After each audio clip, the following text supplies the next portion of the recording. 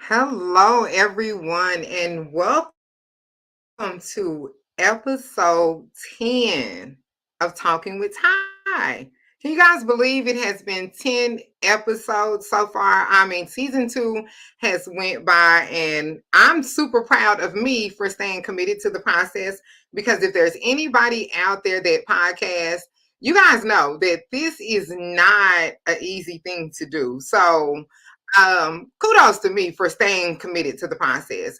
If for anybody that's out there and it's your first time tuning in, Talking with Ty is an unscripted lifestyle podcast that focuses on the story behind the brand. Every Tuesday, we come with a guest invited to have a conversation with me to touch on the personal side of life. I believe that everyone has a story, and it is our story that truly connects us to other people. I like to talk about the story behind the brand because we see so many people as we go through these events in multifamily and as we go through life. And we admire people from afar, but the truth is, we don't know anything about them. We just know their titles. And every time that I bring a guest on here and we find out the story behind that title, we all seem to just grow a little bit more connected. So it's my goal just to shine a light on people that I admire in the multifamily industry. And I bring them on here. And believe it or not, guys, these are people that I have never really had a full sit down conversation with.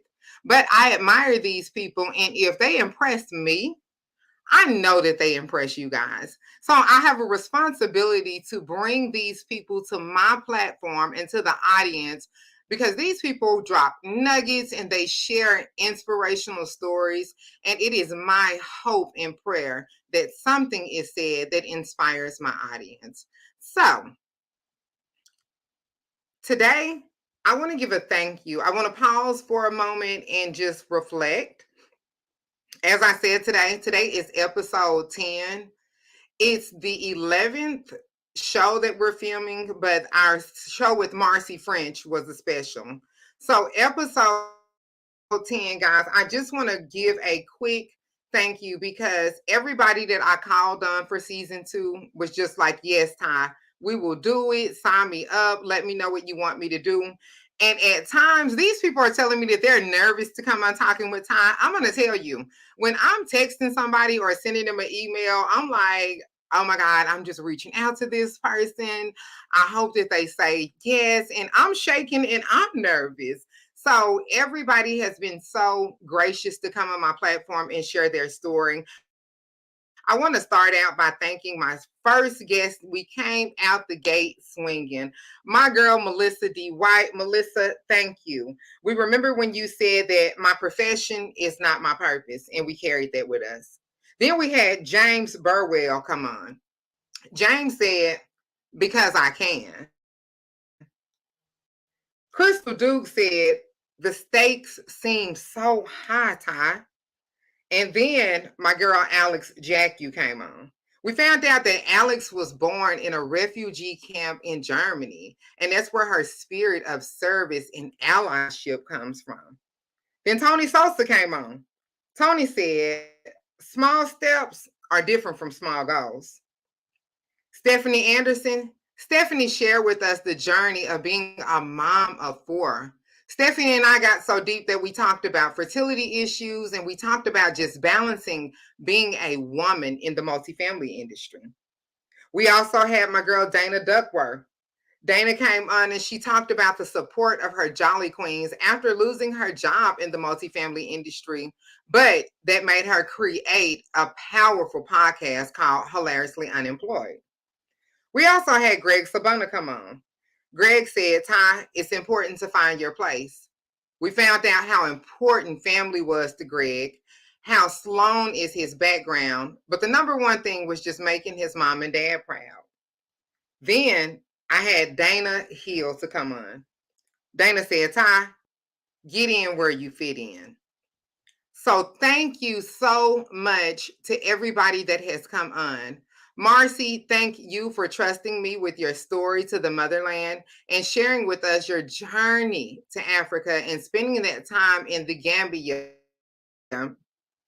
with your daughter. So thank you so much to everybody that has came on and made season 2 of Talking with Ty the best season so far. Now I know that there are people out there and they're like, Ty, I've been inboxing you. I want to get on. I want to tell my story. We are about to end season 2 and we're ending on a super high note. But don't worry, because we're going to come back with season 3 and you definitely will be invited. So now that we've given our thank yous, let's talk about our guest for today. Today, guys, I feel like this is my friend. I've never sat down and had a conversation with this man, but we always seem to take pictures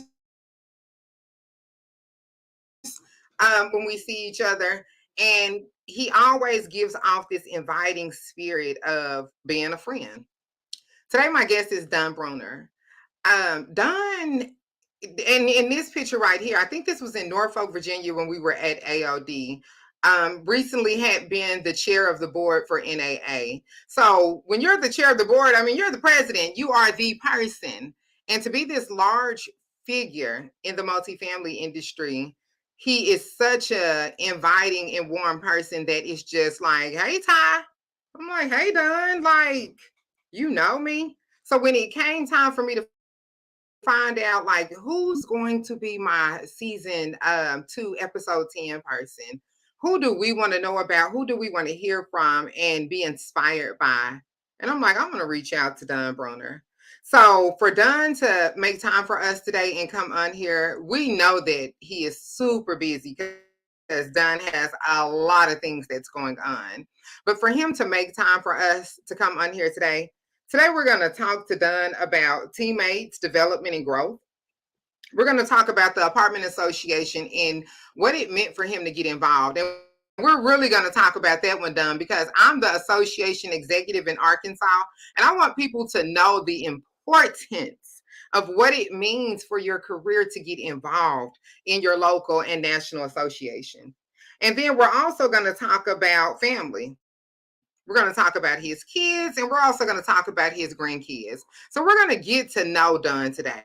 But before we bring Don on, I'm going to tell you a little bit about what his bio says about him.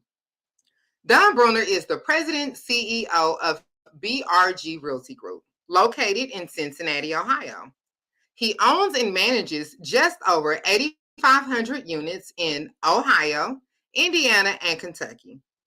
Don has been in the multifamily business for 25 years. I read in his bio that it said BRG's company culture includes developing team members so they can achieve their personal, professional, and financial goals. He said at BRG, we provide careers, not jobs. Don has served in executive positions at the local, state, and national levels. Along with his commitment, Don is extremely passionate about the success of each association. In 2022, Don served as the chairman of the National Apartment Association. Without further ado, if you are at your desk, if you are eating lunch, if you are in a break room, you should be standing on your feet and pounding on your desk and giving a warm welcome to Don Brunner. Welcome to How the you stage, doing?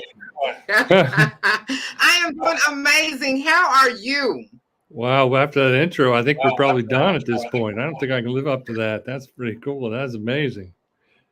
You do such a You know great what? job with Thank this. you so much for joining me today and for making time. I know that I'm busy in this industry and I don't have half of the things that you have going on. So to make time for me, I want you to know that I do not treat that lightly because I know how it is to give your time. So to give your time to my platform today and to our audience, I really, really appreciate that. So how are you doing today?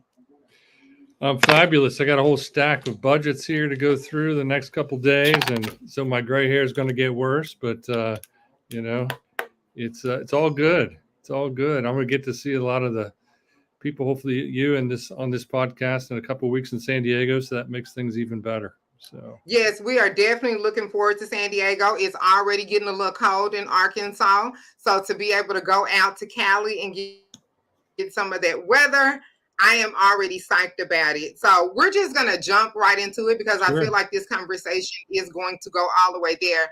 So I'm just going to ask you, like I do every other guest that comes on my show, who is Don Brunner?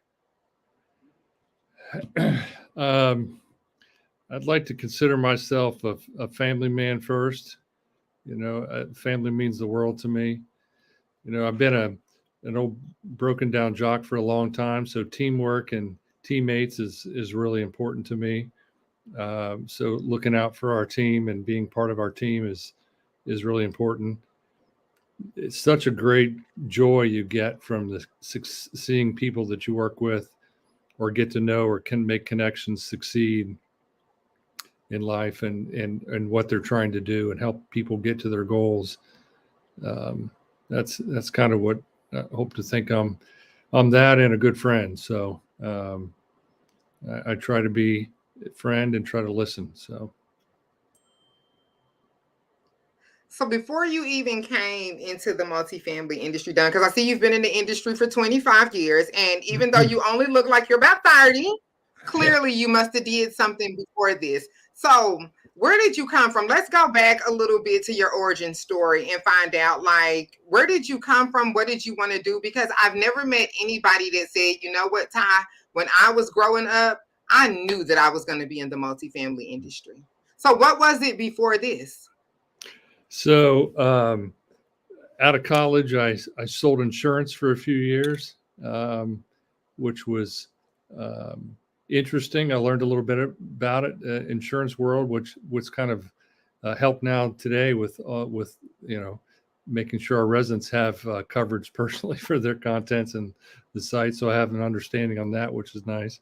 And got into a field then of believe it or not, uniform sales, business sales. So from everything from fast food companies to manufacturing to IndyCar pit crew uniforms to a lot of different stuff. And I traveled all over the country and just every week somewhere, and just really wasn't something I wanted to do. And at the time, one of my customers was Globe Furniture, who was eventually purchased by Court.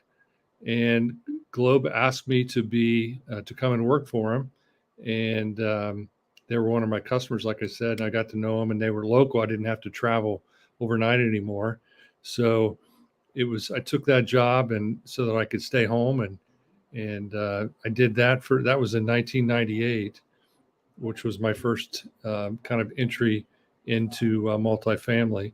Didn't really understand much about it, and then a few years later is when I left the supplier side and came over to the on the management side, which has really helped. I think being first as a supplier for a number of years, and then my wife Karen is just recently retired from Rent or Apartment Guide, as a lot know, after 18 Okay. years. So having a real understanding on the supplier side has really helped me as well too. Just that we all have to work together, and it's really a win-win, and the association to me is kind of like a team, like I've been involved in for so long. So I really jumped in on the association side when I was at Globe, and I actually became um, our we have an associate counsel here in Cincinnati for the supplier side. So after 2 years, I became the associate counsel president here in Cincinnati. So I actually started on the supplier counsel side for the first few years. So I've kind of been on that side, and then obviously I've had a few positions on the other side too. So it's really kind of give me a great background and understanding. So You know what? I love that because I feel the same way. I started on site as a leasing professional in this industry, but I also work for Finder and Apartments.com and Rent. And now that I'm the AE, being able to see it from every perspective in this industry, I think is what makes you really strong for the associations, because now you can see how if we have an event and we do sponsorships this way, how it affect our suppliers, but the same way, how is it going to affect our on-site teams? And when you can think from every perspective and take yourself out of it, that's the way to grow the associations. So I mean, I can see why you became the chairman of the board. That really makes sense for us. So outside of working, outside of the volunteerism that you give to the associations, what does Don do? What is a day in the life of Don? Not working and not at one of our events. Family, kids, grandkids. I have blessed. We have 6 grandkids. We have a 9-month, a 10-month, a 3-year-old, 2 7s, and a 9, and that is the most important thing to me. So you'll see me as the old grandpa watching ball games going on, and we were out over with pumpkin carving last night, and we'll be out tonight, dividing our time to go between a couple of different for the kids to go with them for trick or treat tonight. So we spend most weekends as we can either with the kids and family or friends. So that's really important for me. So would you say being a family and being a CEO in leadership, how does that help you being a family man with your family being the first priority to you? How would you say that translate into what type of leader that you are? Well, one of the things that our company does and our culture is really about our. If you go through it, our mission statement ends with ... and we care. So caring, taking that kind of transformation into, or taking that, I'm sorry, and transferring that into our company side, it's really the same thing. And um, I'm not everybody's dad, but I definitely want to be hopefully someone that can help them with their direction and future. So we offer lots of different opportunities for people, not only from career advancement and such, but we really look out for the whole person when it comes to paying for helping them with education and credentials. We pay for that. And then we also do things with banking. So we help them with banks, and we have a couple of agreements with banks that come in and talk about what kind of loans to get, what to stay away from, the kind of things so that some people get trapped in things. We think it's important. So PNC works with us, is a great partner with us and giving classes and offering classes, really encouraging people to do 401k so they can invest for their future. We have an employee assistance fund. So if somebody gets into trouble, they can apply for assistance, and we give them a grant to try to get them past something or over a hump. So I think those are some of the kind of things you do for your kids. And as far as those kind of issues, and I think we do really good job here at our company doing the same thing that way for our teammates. No, I love that. I mean, when I think about when I was a young professional, I started out at Arkansas Blue Cross Blue Shield, and I always think about one of the ladies who stayed on me, and I was in my early 20s, like, hey, make sure you do a 401k. Make sure that you're saving for retirement. And you're right, not being everybody's dad, but thinking in a dad way about people. But that was one of the things that stood out in your bio to me when you said about getting people financially ready, giving their financial education, because you can pay employees all day long, but if they don't know how to manage their money or how to invest for a future, then that's not setting them up for a future. And besides my experience at Blue Cross, and it wasn't that it was their culture, it was somebody that worked there.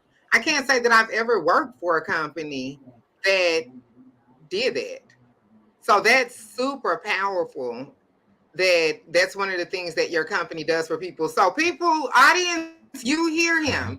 If you're out there and you're in a place where BRG is located and you're looking for a job and you see them with a position Come on available, down. this is one of the reasons why you definitely should work there. So being the head of a company, diversity, equity, and inclusion is one of the huge topics right now in the National Apartment Association space. What does that look like for BRG? What does that look like for you as a leader? What do you think about diversity? No, I think it's obviously a focus and something we keep an eye on and how we can improve. Um, we didn't have locally. I was the president of the local association here um, just a couple of years ago. Finished in 2021 as the president here, And we didn't have a committee here in the association in Cincinnati, which is about 110,000 units. They happen to be located in our building, right across the hall, so it makes it convenient to go to meetings and such. But I wanted to make sure that we had a framework to get started, because we weren't at that point moving forward yet as a company. But I wanted to make sure that we had a focus on that. So we asked that one of our teammates take over that and run that committee, or help run that committee, and she's running it today as a solo chair, Nicole Wiley. So Nicole is someone I think you've met, Ty, and she's I've known Nicole for 20 years, and she looks like a lot younger than I do. But we asked her to step up and get that committee going and run that here locally, and then to bring some of those values here. So we're still, we're focused on where we can, doing outreach to where we can to help out, and we've created some mechanisms that for training and access, so that people can come and just really have the effort and attitude. We'll teach them to do the roles and tasks. It's really about them being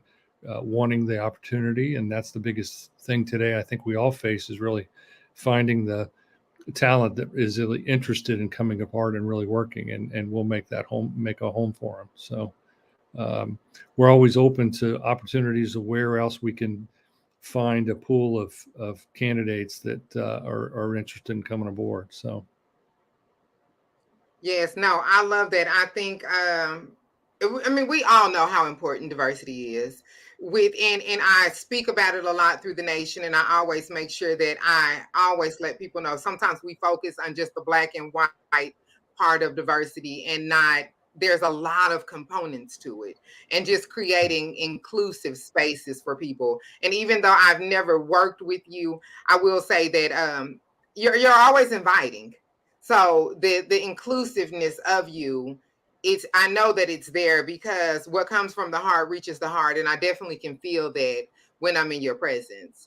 So let's talk a little bit more about the association, because I know that being the chair of the board for NAA, you had to get started and work your way up to that.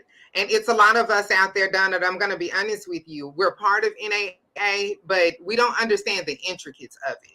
And it's like, you know what? So I'm serving on the committee. My friend Ashia is a vice chair. Kara is a vice chair. But we're like, how do you make that? How do you make that jump? How do you make sure that you're on the right road to becoming the highest that you can in the National Apartment Association and locally? Because I think a lot of people, they want to serve nationally, but coming from a local state, being the AE, I'm like, hey, don't miss the local opportunities though. It's cool to be out there on a national level. It's cute on Facebook. We like all the pictures and stuff, but the work starts locally. So what would you say to somebody out there that's either not working on the association, or they're like, you know what, I want to get started, but what is that going to do for my career? Because it is volunteer work.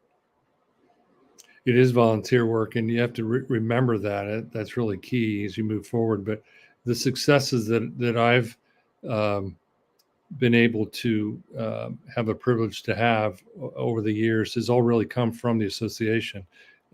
Friends and lifelong friends from all over the country. Just like you as an example, I would have never got to know you if it wasn't for NAA.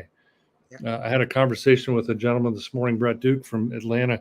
I'd have never met Brett other than NAA. So it's a great group, but it started for me locally. I mean, going in at the local level on the associate side, as for the associates, it's the best way to get to be in a non-selling opportunity to get to know someone is through a committee work, sitting on membership or golf committee or trade show or whatever you're having.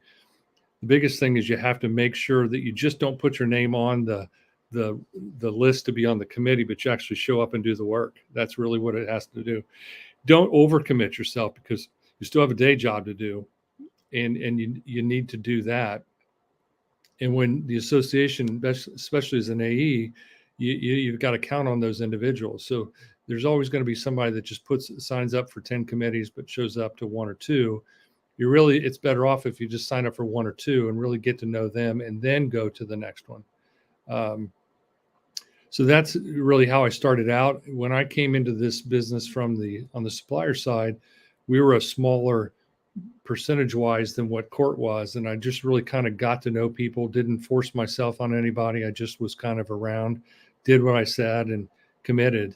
And it got me then eventually to be the second year or so being on the associate counsel and then the president. And then from there, when I switched over, it was really being, on the management side, different mindset, but still the same thing. I wanted to stay active, so I stayed on committees, and then I became the president of the Dayton Association. So I did that my for 4 years in a row, 7, 8, 9, and 10. Really got to know the association world from the president's side. And during that time, as we had an RVP position open and it was coming up for an election, and the AE in Dayton at the time said, "Hey, you might want to put your name in the hat for that." So I did, and we went down to New Orleans that year, and I was at the golf. Back then, it was our last pack golf outing. So we used to have a pack golf outing before the region meetings. So I came. It was late from the outing. I came in shorts, sweating, golf shirt. Said, "Oh, by the way, I don't know you guys, but I'm Don, and I'd really like to be in this game." So I got elected, and then same kind of thing happened. I started on the region side, just really getting to know my first year or so as an RVP was really to kind of learn. Volunteered for a few things and really learned, and then Rick Snyder, who will be our incoming chair here in San Diego next month, was the membership chair, and I think that was in 2012, and appointed me to be a task force leader for the Affiliate Assistance Fund, which was a new fund that we'd done through membership. And that was my first leadership position in NAA, was through the Affiliate Assistance Fund. So I really got to meet and work with different people outside and from different parts, and really it was my first chance to lead for a few years doing that, and just kind of worked through that way, not losing focus of the locals. So I continued on serving on the locals, and then since then, obviously, I've been the president of Cincinnati for 2 years, the president of the Ohio Association. I was on the Indiana board for a couple of years, and then I'm going to be the Columbus Apartment Association president here in December. I get installed for the next couple of years. So I'm still staying working on the local level, and then I'll be the chair in a couple of years of the state as well, again, for a second term. And then I might call it quits at that point, but at least from that work. But but it's all about, to me, it's the transition's really about commitment, doing what you say, showing up to meetings prepared, and being available and volunteering when something's asked of you. Now, you made a lot of key points, and you started with not over exerting yourself, not signing up for 10 committees and only showing up to 2. I'm going to say that again. Not signing up for 10 committees and showing up for 2. You're right, because a lot of people sign. It's cute. We're excited when you get the letter that says, congratulations, you've been chosen to be on RPM Careers. And it's like, I'm growing up. I'm growing up in my career, and I'm growing up in the industry, and then the work starts. Yep. And then you realize it is volunteer work, and you do have a day job, and you do have a life. So to anybody that's out there listening, please get involved. But do not be slow to say yes to a lot of commitments that you're not going to be able to do the work, because I am the AE in Arkansas and serve on national committees, and we're counting on you guys when we do that. I love the fact that you still remain constant on a local level, even though you're heavily involved on the national level. I think sometimes it's easy to get caught up in a move past type of situation. And people don't realize, like, no, we still need your face on the local level too. So serving on that local level. And I think one of the things that you said that stood out to me the most, because I used to be on the supplier side too, being able to just show up as yourself. When you're able to not force it on people because you're serving on a committee with them, if there's any suppliers out there and you're wondering, how do you meet people in the area, in the association, get involved and be on a committee. You get to work with these people that you're going to do business with in a capacity where you're not having to sell to them. And it kind of takes the pressure off, and you really just get a chance to know each other. So I really like those key things that you said about the association. What would you say to somebody that's out there that's working and that's starting out, and we're, like I said, we're growing to the National Association and you want to keep growing? Like, how would you say, is there anything that you would say if you were my mentor in this situation? Because that's what Sure. we're looking today for, mentorship from you, Don. So, like, what No, would it's you great. say as a mentor to somebody out there? So the committees, not everybody doesn't understand how you get appointed to committees. So the RVPs make the recommendations through the AEs on committees. So if there's a committee that you're interested in, whether it could be affordable housing, it could be PAC trustee, it could be membership, it could be a number of different committees. You need to be versed in those, being able to commit to the 3 meetings, which is really key. And then you have to share with your AE that you're interested in that. They'll make sure you get on provide your name into NAA. And then the RVP, if they don't know you, so you need to get to know who your RVP is in that region, in your region, and share that you're of your interest. And maybe you won't get it the first year because there's a limited number of seats per different committee, but you may get in year 2 or 3.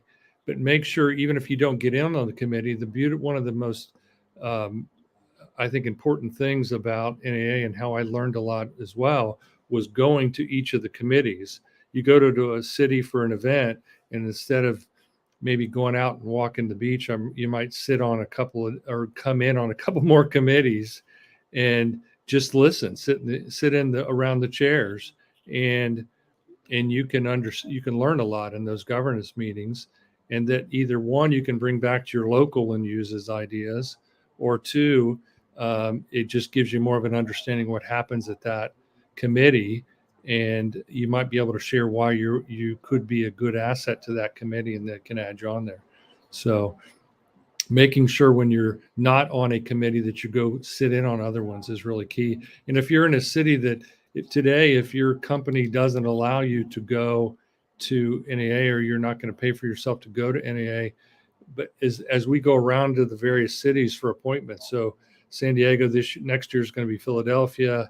Then we always go to DC, of course, and then we'll be back in Atlanta for then Allen after that. If you're in one of those cities, go to the Assembly of Delegates meeting or advocate, and you can go for free. You can go there and just learn and sit on those committees and not actually not have to have any financial commitment. But it's a good way for you then to at least get a taste of what those committees are like. Yes, I love that, because I think going to the Assembly of Delegates meeting and sitting in on those meetings, that's how you start to learn so much. And if you want people to be engaged in working, especially when it comes to volunteering, that they have to know about it. And once you start to know about it and you be engulfed in the issues and what's going on in our industry, it does get you fired up and it makes you really want to work.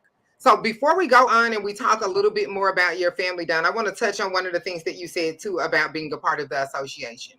The multifamily industry is like no other industry when it comes to making friends that become family. And I think that is one of the things I agree with you on. If it wasn't for the associations and coming together, we wouldn't be having this conversation. I wouldn't have had a conversation with any of the people that I named that were in my 10 shows prior to you, because none of those people are from Arkansas. All of these people are people that I met at a national meeting through the association. I even officiated a wedding about 2 weeks ago in Birmingham for Julie Elkins, and Julie is the AE in Alabama. And never in my wildest dreams would I thought that I was doing that. And I said, this is the this is a true example of what multifamily is. When you Yeah. meet somebody 10 years ago from being on the supplier side with them and grow into a relationship where you're standing and officiating their wedding, there is no other industry like this. So if you're out there and you're like, yeah, I'm okay with doing the work, Ty, I'm a little busy. I hear what you and Don are saying, but I need another compelling reason to volunteer my time. If you want a second family, and I'm talking about a family that will watch your children grow up, a family that attends marriages, that supports you through loss of parents, there is no other industry like the multifamily industry. So, talking about family, that is a great segue to your family because I know that family is so important to you. And you mentioned Karen earlier, who is your wife, and your children and your grandchildren. So, let's talk about family. I think I met your wife the first time that I met you. She was at the event with you. But tell us a little bit about who Karen is, and how did you meet Karen, and how long have you been married to her? Oh, we got married in 2007, so we're at coming up on 17 years. So we're pretty excited about that, and got married at NAA in Las Vegas at the summer conference. Um, yeah, we did. We got Talk it about was family. yeah, yeah, and there was 32 people from friends and family from around NAA that walked across the street to the Little Chapel of the West, and we got married, came back, had a little reception at Mandalay Bay, and then back in 2015, I was conference chair with Mike Clow for Tom Beaton, and we renewed our vows at the very same church, and 8 years later, and over half of the people who were at the first met at the original ceremony were at the second ceremony, so that was really fun. So I mean, you know what, and we and just how amazing is that when you can work with people that have been a part of something so special to you, and then you get to work on things with them, it just it makes that level of respect and friendship, and it just makes it all worth it. And we're going to continue on with that about your family, but just to piggyback off of what you said, once I'm tired, and right now I'm tired of traveling. I've traveled so much this year that I'm getting to a point where I'm almost burnt out with it, but I'm going to survive through AOD. But one of the things that's pushing me is like, you know what, but you're going to get to see this person. You're going to run into Don Brunner. You're going to see Alex Jack. You're going to see Crystal Dukes, the Melanin and Multifamily girls. Like, so to know that I'm going to see these people is what continues to make the passion in me burn for the multifamily industry. So back to right, family. So been yeah. married. So kids. What do we look like as a Well, let's go father? back. What we got? Well, let me go back with my wife again. So my wife is Okay. my wife. If usually if you see me, she's always right there next to me. So she's been my partner, and we're best friends. And I first thing I'll do is when we're done today is call her to tell you she's going to want to know how I did. And so um, we're always together.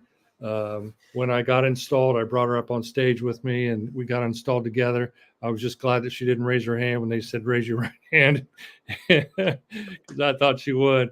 But no, we're always together, and we're fortunate enough that is in her career at Rent, she was able to travel with me. So, and even as my year's chairs, almost every one of the cities that I was able to go visit, she was able to go with me. So I was really blessed with that, and being able to talk about, because she's in the business, or has been, is talk about the business of what I'm going through. She has an understanding, so that's always great. And then her being there, and then my son Jeff. So I have one biological son, Jeff, and he is with this carpet supplier. He first started in the business working with me on the owner side, and then I had my own management company for a few years before I sold it.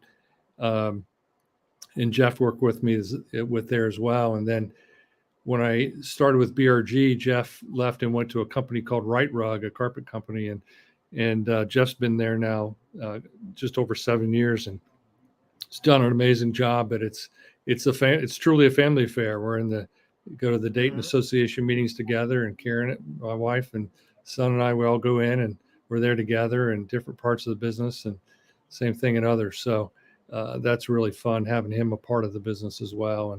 And he'll use my name at times depending on who he's going to see about clients, but which is fun. But and the same, he'll use my wife at times, back and forth, depending on when it's If I was in convenient your as well. area, I would name drop you too. I name drop you in my area Uh, when I'm talking to my friends. Like, well, Don Brunner is going to be on my podcast, so I would definitely it's name just drop kind of you funny. all.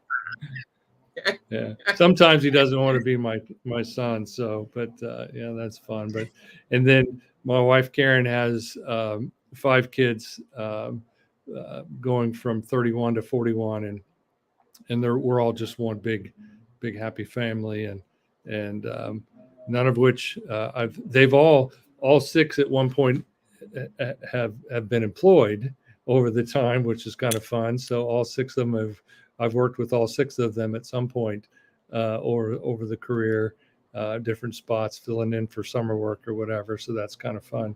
Um, but none of the other 5 are in the multifamily space, but still, they're there always with me. And then we have blessed to have 6 grandkids, and so Jeff, my son, has one. Axel, he's 10 months now. Karen's daughter Molly has one. Is Eddie, who's 9 months, or soon to be 9 months tomorrow, and he's just a pistol too.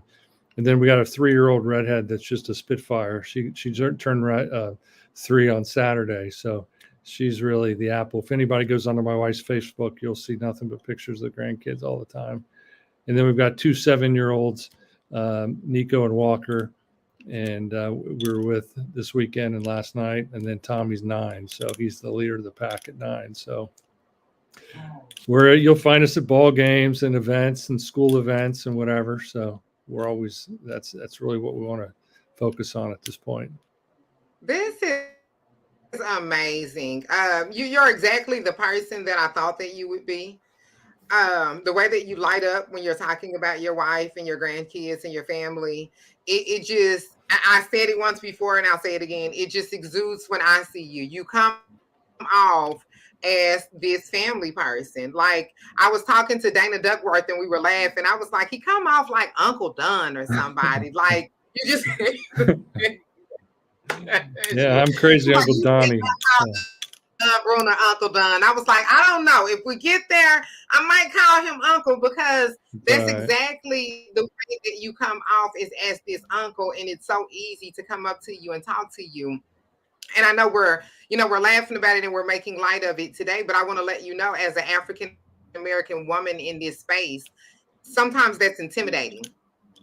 And the higher the position gets, it's intimidating sometimes to go up to people and say something to them, or to wonder, does that person know who I am? Because even what you're doing today, that's allyship. It's people from your platform that's looking on here. Or even when I had Alex Jackie on, I know that bringing her on was going to open up the door to me asking somebody else, and they were going to say, well, you know what, Alex Jackie did it, so I'll do it. And that's going to be the same way for season 3. It's going to be somebody that says, well, Don Brunner did it, so I'll do it. Don Brunner attached himself to Ty, so I'm going to attach myself to her. So your attachment does not go lightly. We're in a No. space in this industry where melanin and multifamily, where we're Black women, we're kicking in the door and we're coming through, and we're wanting to be seen and to be heard. And it takes an ally for that to happen. It takes somebody else to use their privilege to help us get to where we need to be in this industry. So I want to go on record today for thanking you, because even though if you don't realize how much privilege that you have, the privilege that you have and that you used it today to help me, I really appreciate it. And we will forever take pictures when I see you, because I'm always going to grab you and be like, Don, come on, let's get our picture, because that really means something to me. So before we end this today, Don, we talked about you being the CEO of your company. We talked about all of the volunteering that you do for the associations. We talked about you being a husband. husband, a grandfather, and a father. How do you balance all of that? Because sometimes I find myself tipping over, and I'm not doing as much as that, and I find myself tipping the scale. So we're at the end of the year. The burnout is real. I know that there are people out there that are exhausted. What do you say to them just to keep them going just a little bit longer to end out 2023? It's real. You definitely have to know that, and that goes a little bit to the point where I mentioned about overcommitting yourself to too many committees or too many different factions. Really, it's important you can do the ones that you can make work on all of those things, because it's just as important to have Thai time as it is to have Arkansas Apartment Association time, right? You need to be able to take some time for Yes, yourself, right? And um, that's really key. So for me, I try to make sure I maximize my time, and when I can start early on a morning to go through things, I'll do that. Um, if it's at nighttime, depending on what's going on in the evening, my wife and I, not as much now, or still happens, but 10 o'clock usually is the computer off. So if going through financials or working on looking at reports or looking at something, we try to make sure by then we shut it off for the night. But try to do that a little sooner. But it's really just prioritize and make sure you get done what you have to, keep good list, and whatever it does that keeps you organized to click off what you need to, and to stay on top of. It's really important, but you still got to make sure you take a little time for yourself as well, even if it's just a few minutes to separate. So definitely. Yes. Have the balance, people. The burnout is real. We're approaching the holiday season. So make sure, like Dunn just advised you guys, set boundaries, make time for yourself. Find time to turn that computer off. Is going to be there the next day, and make sure that you're honing in on your family. That's something that Tony Sosa and I talked about. And he always talks about, how to balance being a dad and a family person and all the things that we have going on with the multifamily industry. So before we leave today, Dunn, is there anything else that you want to say to the people before we say goodbye? well, I'm not sure who all's listening or who's around, but it's truly my pleasure to be an honor to be on your show with you today. So I've listened to watched your show a few times online, and was pretty excited about it when you asked, and I definitely would always be there for you. I'm excited to watch this continue to grow and your career grow, and excited for um, getting to know more people through NAA over the years. I might not be in office anymore, but I'm still going to be around, and hopefully continue to just grow the friendship. And it's it's it's really special what we've been able to people we've met through this over the years. That, trust me, if I'm in Arkansas, I haven't been there in a while, but if I'm in Arkansas, I'll definitely be knocking on your door, and we'll go get some coffee or lunch. So um, Definitely.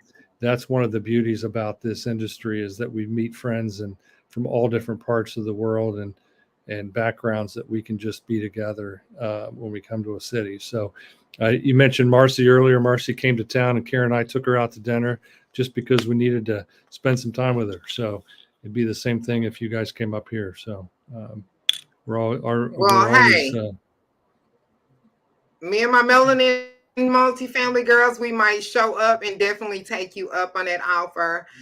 pleased. I definitely agree with what you said. The relationships that are built through this industry are lifelong friendships.